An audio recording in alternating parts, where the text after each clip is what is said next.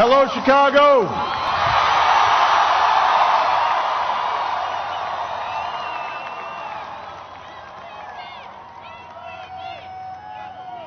If there is anyone out there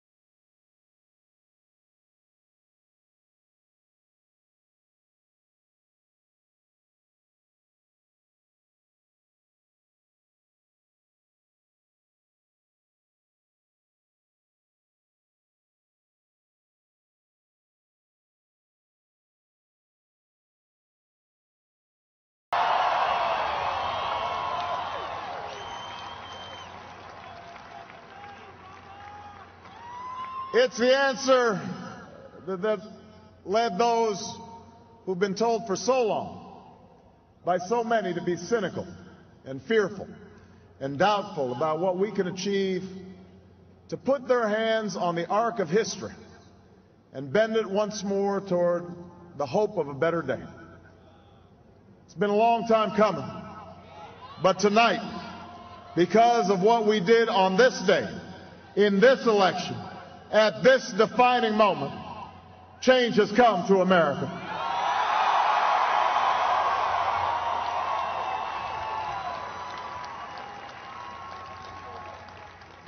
A little bit earlier this evening, I received an extraordinarily gracious call from Senator McCain. Senator McCain fought long and hard in this campaign, and he's fought even longer and harder for the country that he loves.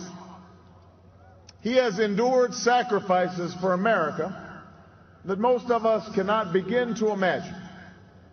We are better off for the service rendered by this brave and selfless leader. I congratulate him.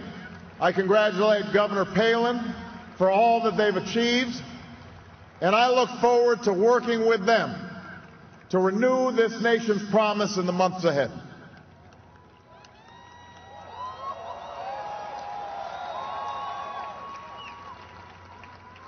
I want to thank my partner in this journey, a man who campaigned from his heart and spoke for the men and women he grew up with on the streets of Scranton and rode with on the train home to Delaware, the Vice President-elect of the United States, Joe Biden.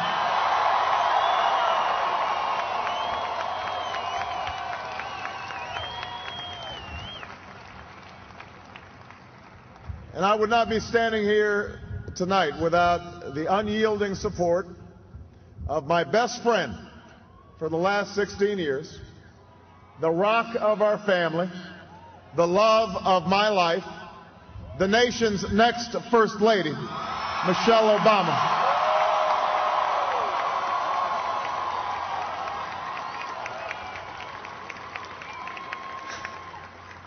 Sasha and Malia, I love you both more than you can imagine, and you have earned the new puppy that's coming with us to the White House.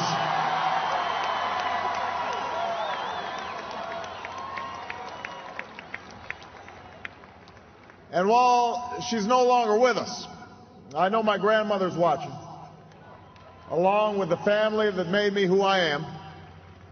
I miss them tonight.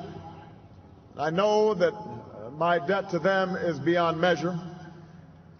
To my sister Maya, my sister Alma, all my other brothers and sisters, thank you so much for all the support that you've given me. I am grateful to them.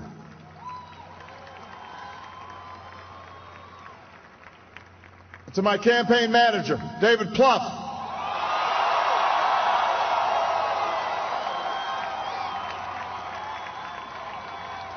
the unsung hero of this campaign, who built the best political campaign, I think, in the history of the United States of America. To my chief strategist, David Axelrod, who's been a partner with me every step of the way. To the best campaign team ever assembled in the history of politics, you made this happen, and I am forever grateful for what you've sacrificed to get it done. But above all, I will never forget who this victory truly belongs to. It belongs to you. It belongs to you. I was never the likeliest candidate for this office. We didn't start with much money or many endorsements. Our campaign was not hatched in the halls of Washington. It began in the backyards of Des Moines, in the living rooms of Concord, in the front porches of Charleston. It was built by working men and women who dug into what little savings they had to give $5 and $10 and $20 to the cause. It grew strength from the young people who rejected the myth of their generation's apathy, who left their homes and their families for jobs that offered little pay and less sleep. It drew strength from the not-so-young people who braved the bitter cold and scorching heat to knock on doors of perfect strangers, and from the millions of Americans who volunteered and organized and proved that more than 2 centuries later, a government of the people, by the people, and for the people has not perished from the earth. This is your victory.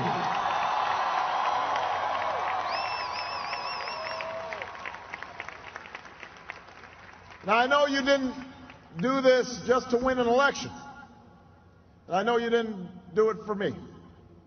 You did it because you understand the enormity of the task that lies ahead. For even as we celebrate tonight, we know the challenges that tomorrow will bring are the greatest of our lifetime. 2 wars, a planet in peril, the worst financial crisis in a century. Even as we stand here tonight, we know there are brave Americans waking up in the deserts of Iraq and the mountains of Afghanistan to risk their lives for us. There are mothers and fathers who will lie awake after their children fall asleep and wonder how they'll make the mortgage, or pay their doctor's bills, or save enough for their child's college education. There's new energy to harness, new jobs to be created, new schools to build, and threats to meet, alliances to repair. The road ahead will be long. Our climb will be steep. We may not get there in 1 year or even in 1 term.